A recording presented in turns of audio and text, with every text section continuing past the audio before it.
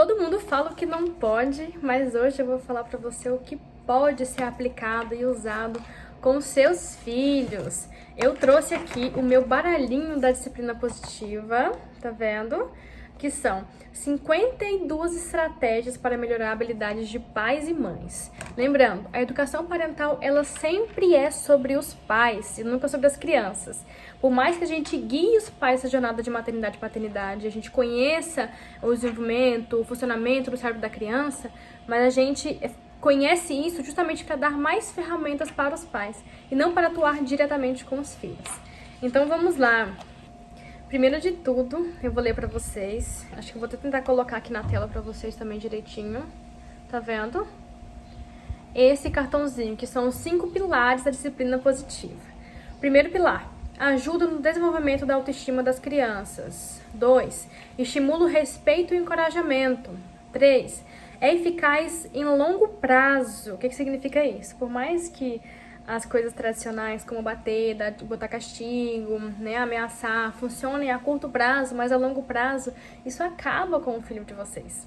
Então, a disciplina positiva, ela funciona a longo prazo, ele forma aquela criança, né? 4, ensina importantes habilidades sociais e de vida, como resolução de conflitos também, né? 5, convida as crianças a descobrir quão capazes elas são. Então eu vou trazer pra vocês algumas ferramentas, tá? Eu não vou conseguir trazer todas, porque senão o vídeo vai ficar muito grande. Mas eu vou trazer pra vocês e vou ver se eu consigo também colocar na tela. Toda vez que eu for lendo, mostrando, né, eu coloco na tela também.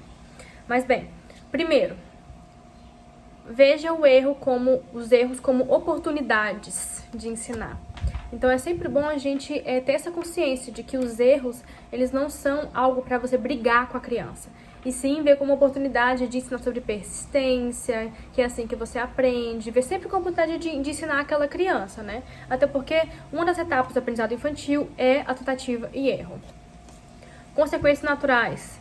É você deixar que o seu filho sofra as consequências naturais da vida. Por exemplo, ele não quis comer, deixa ele ficar com fome. Ele não quis vestir o casaco, deixa ele ficar com frio. Ele não pegou o guarda-chuva, então ele vai pegar chuva. Entendeu? As coisas naturais, que você não precisa impor. Não é um castigo. É uma coisa que naturalmente acontece. Seja gentil e firme. Então é sempre colocar esse limite da maneira mais gentil que você consegue, mas sendo firme. Pra gente não cair na permissividade. A educação respeitosa, ela não é a mesma coisa que permissividade. E não deve ser permissividade. Então você tem que impor limites que são gentis, sem desrespeitar a criança, e ao mesmo tempo sejam firmes. Encorajamento versus elogio é muito diferente, né? O encorajamento você sempre foca na ação da criança e o elogio você foca em quem ela é.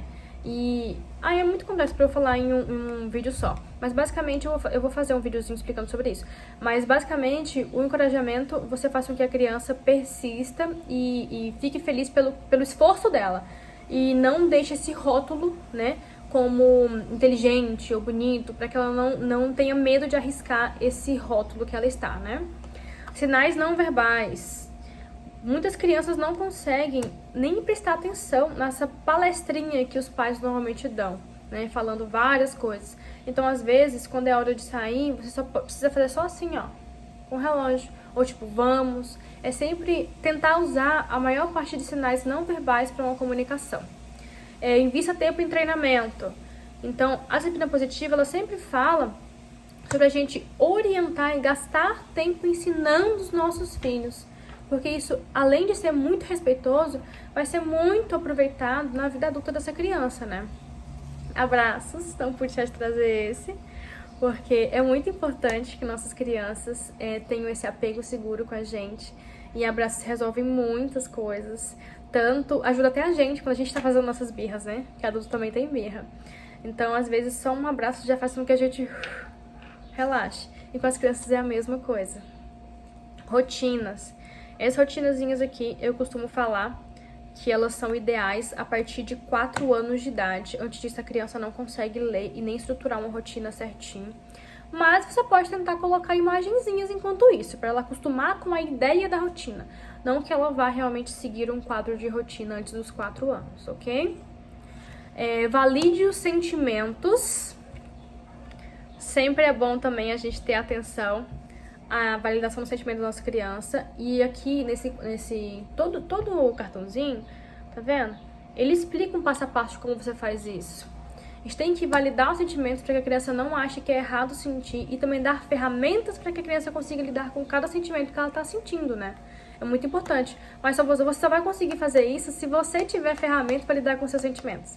Então, gente, para você conseguir educar a pessoa, você tem que se educar primeiro. É sempre assim. Consequências lógicas, tá vendo? É aquela que você basicamente impõe, mas não como castigo. Por exemplo, se ele quebrou o vidro, então ele terá que sofrer as consequências disso, que é o quê? É uma coisa que estão totalmente interligadas. O castigo não é interligado. A consequência lógica é, então se ele quebrou o vidro, então ele vai usar a mesada dele para pagar aquele vidro que ele quebrou, entendeu? Esse seria um exemplo. Se você pediu para ele guardar o brinquedo, ele não guardou, então o brinquedo vai estragar, né? Mas não porque você impôs isso como castigo, né? É uma coisa totalmente interligada à outra. Se ele não cuidou, ele perdeu. E é isso. Escutativa é você realmente dedicar tempo a escutar o seu filho, que é muito importante para aquela criança saber que ela existe, que ela é importante, que ela tá ali, que ela é amada. Se a gente não tem voz, a gente não existe. Quando você é ignorado, é como se você falasse pra pessoa assim, que você não existe pra mim, que você está morto pra mim. Entendeu? Por isso que é tão importante a gente dar esse espaço de escuta para que a criança consiga contar com a gente, falar sobre o que ela sente, sobre o que ela precisa, sobre o que está acontecendo na vida dela, dar esse espaço de conexão, de relacionamento. Os 3 R's da reparação. Toda vez que essa criança erra, faz uma birra, alguma coisa assim, aqui fala sobre os 3 R's. Primeiro R, reconheça o erro e o sentimento ali envolvido. Reconcilie. Então, vocês vão...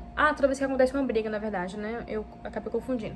Reconcilie, então peça desculpas ali com essa criança, converse com essa criança e resolva o problema juntos, através de uma solução respeitosa para ambas as partes. Acordos. Esse acordo aqui, ó, eu uso muito aqui em casa. Muito, muito, muito, muito, muito. Deixar que a criança, ela proponha soluções junto com você e que vocês cheguem a um acordo juntos, todos vocês.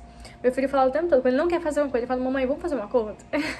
Então, os dois saem ganhando, é como se fosse encontrar um equilíbrio, entendeu? Tarefas domésticas.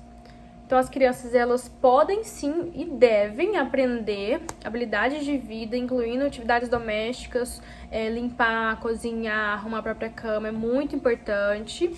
Limitar o uso de eletrônicos, né? Porque a gente precisa limitar, ainda mais nos dias de hoje, porque TV e celular viciam e faz com que o nosso córtex pré-frontal, que é a criatividade, resolução de conflitos, racionalidade, racionalização, tudo isso não se desenvolva na plena potência. Então é sempre bom a gente limitar o máximo que a gente puder de eletrônicos, deixando que a criança, viva no ambiente da casa e participe, colabore e faça as coisas em vez de ficar só quietinha no canto dela assistindo televisão, né? Muito importante.